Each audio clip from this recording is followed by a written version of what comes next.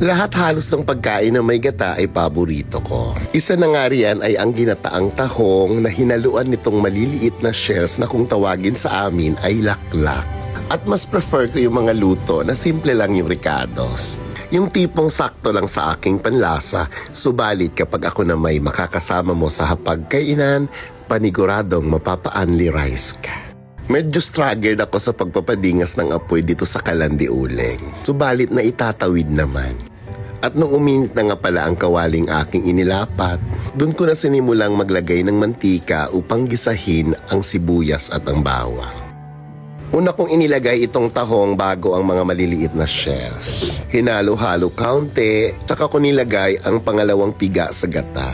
At nilagyan ko na rin ng iba't ibang pampalasa tulad ng magic sarap, asin, tauyo at vinegar. Hinalo-halo kaunti at tinakpan. At pagkalipas ng ilang minuto, muli ko tong binuksan. At nung napuna akong medyo luto na nga pala itong mga niluluto ko, doon ko na nilagay ang malunggay. At sunod ko namang inilagay ang paunang piga ng gata. Maiba nga pala ako ng kwento. Doon pala sa amin, ang malunggay, hindi mo na kailangang bilhin. Hihingin mo lang sa kapitbahay. Pero kung nasa syudad ka, naturalmente, kinakailangan mo tong bilhin dahil sobrang hirap ding makahanap ng puno ng malunggay na maaari mong mahingian. At pansin ko din, nawiwili na rin yata ako dito sa pagiging food vlogger. Para bagang nai-enjoy ko ito ng sobra. Yun nga lang, sabi nitong aking bunsong kapatid, mahihirapan na raw kaming magpapayat.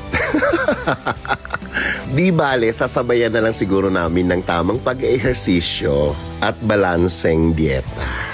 Naway hindi kayong magsasawang sasamahan ako dito sa aking mumunting kusina. At pa-share na rin pala ako nitong video kong to. Assalamualaikum warahmatullahi ta'ala wal barakatuhu. This is your Tita Res at your service.